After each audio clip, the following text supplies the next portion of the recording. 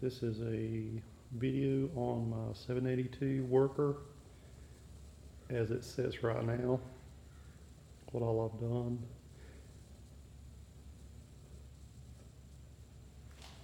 First of all, I did a Vanguard 18 swap from a small engine warehouse. That worked out pretty well. They had a spacer kit basically to put the front PTO back on. Mine lasted about 2 uses mowing grass and gave up. It was giving me trouble anyway before, so I'll be replacing that from Extreme here in probably a couple months. Next, I did the dual spool from Ray Weaver, and I got a splitter kit to run wet hookups in the back from Extreme. Got all that put in. Still have to put the gas tank back on and connect all that. I think I'm going to be okay with the way I've got the lines run. It was kind of tight, getting a little running out of room to run all my fittings and stuff. Hopefully I've got room for that petcock to sit down in there and hook up to my fuel line.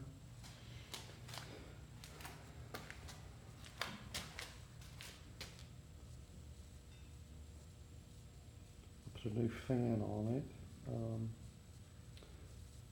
Took the control valves out, had them set off and rebuilt.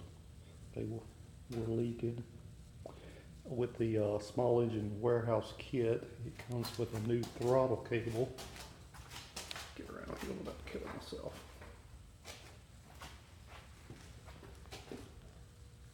And it did come with this small knob, and I found this bigger knob actually at a Toro dealer. So I took that one, the original one, off and put it up in storage. If I ever wanted it to go back stock, I could. But everything goes around on the left-hand side of the tractor now. Your throttle and your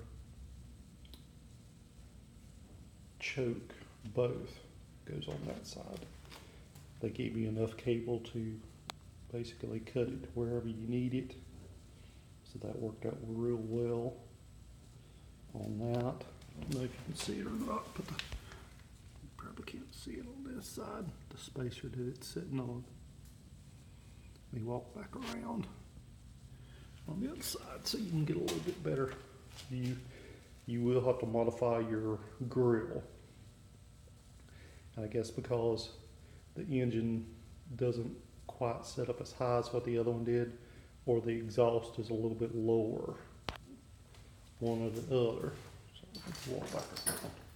See if I can get you a little bit better view here of the space of what it's set on here.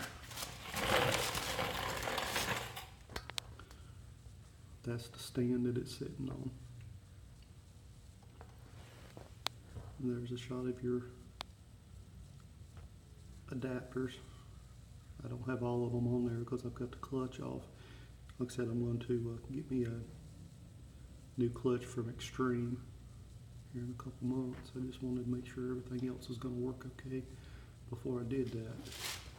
Put one on my other 783 and it worked out really well. So that's what I had to do on the grill. Didn't really want to do that, but I didn't have a choice. I just took a die grinder and kind of notched out for the exhaust to come out.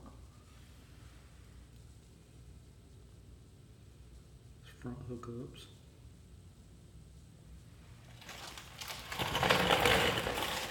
Put the V61 tires on the front, really like those, and I did notice after I did that I made maybe 2 laps with it, and it took out my drag link ends. So I switched these hemispherical balls on both ends. That seemed to help a lot. And they were worn out anyway, so probably didn't help matters putting such an aggressive tire on the front of it. But they look really good on there.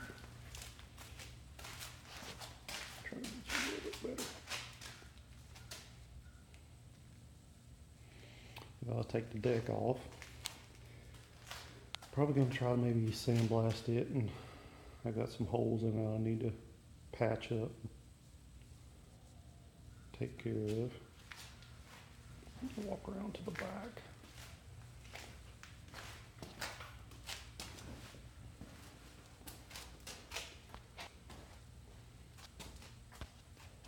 There's my 3-point setup as it sits now. I'll basically the lift arms, the links, and everything come off of my 124 when I had it. Tried to make that work on that an airframe. It just wasn't designed to have a 3-point hitch like that. So wound up selling the 124 when we moved to Oregon. Sold the 105 when I moved to Oregon. Bought the 105 back. Sold it a while back, and now I've got the 2 782s, which I like a whole lot better. Get a little. There's my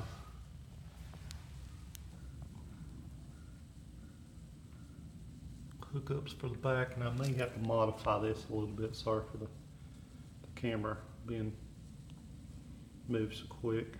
I'm using my cell phone, so it doesn't do the best in the world, but I may wind up having to modify this because it's a little close to that arm, or just not use the lift arms at all when I'm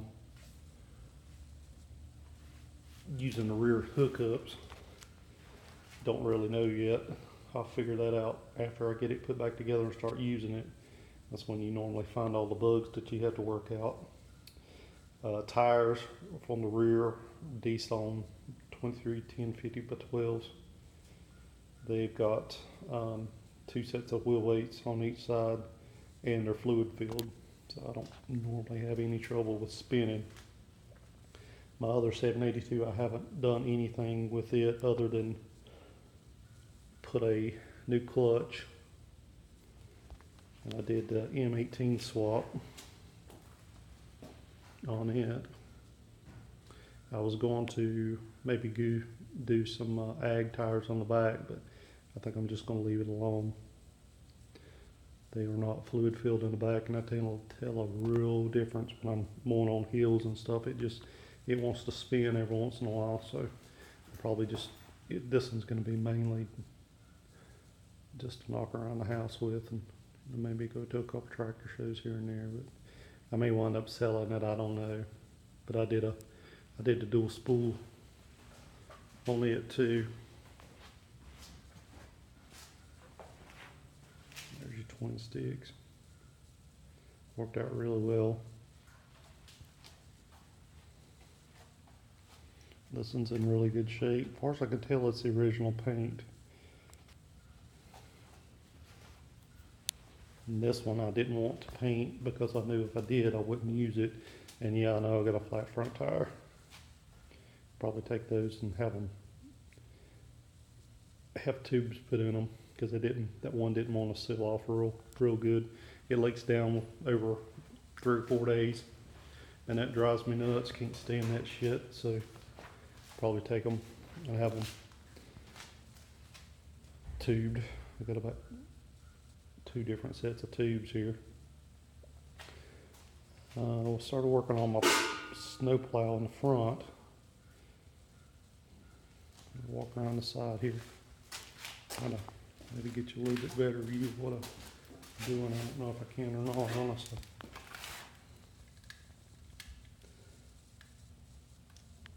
Then at the very bottom, I bought a kit for the hydraulic cylinder. You can see it right there beside of the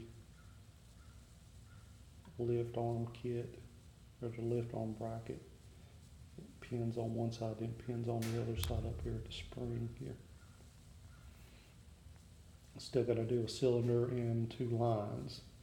I'm still trying to figure out the length on the cylinder, what I need to be, where I need to be at. The lines is not going to be any big deal. I've got a company that we work with at work to be able to make those lines for me. Shouldn't be too bad. This Vanguard motor's pretty good, easy swap. I did it in probably taking my time. Probably about 3 or 4 hours. And that was taking the old engine out, cleaning everything, making sure everything was going to work right. Took it in and out probably 3 times, just making sure everything worked right, taking my time.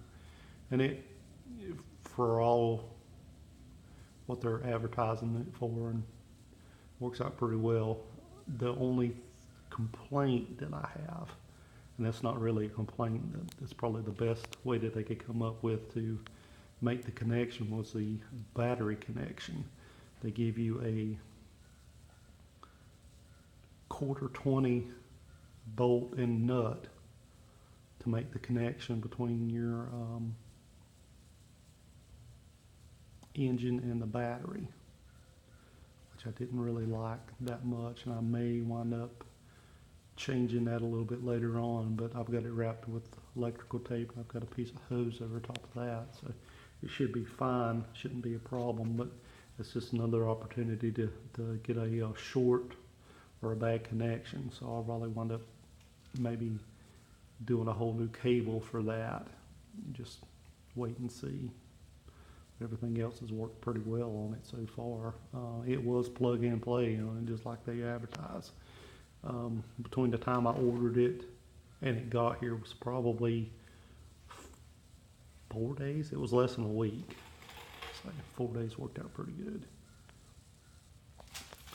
And it comes with, I don't know if you can really see it or not, but it comes with that adapter, the aluminum adapter. You basically take your flange off the back of your engine, bolt to that, and your drive shaft will bolt right up. So that worked out really well. I know I went through a bunch of trouble to do the M18 on the other one. Just had to have an adapter made and wound up cutting a drive shaft, and I just did a whole lot of things I didn't really want to do. But I mean, it can all be put back normal, which is fine, but it's just a whole lot of work. So, and I did do a new hour meter just so I could kind of keep track of the how much time is on the engine, so I can do my oil changes and stuff like that. So I've got, maybe it's not even 5 hours yet. I think they recommend first oil change 10 hours. Drop the brake and oil out. I may do it before then. But there's where we stand now. I'm going to put the fuel tank back in it and fire it up here in a little bit. Test drive, make sure don't have any leaks on the hydraulic lines, and see where we go from there. So, but hopefully once I get the cylinder for the front snowplow, I'll make another video on that and how it works and everything. So, but we're a good ways off from that, because I'm kind of at a spot now where I need to save my money for a couple other things. So it'll probably be a little bit, but there's where we stand now. Thanks for watching.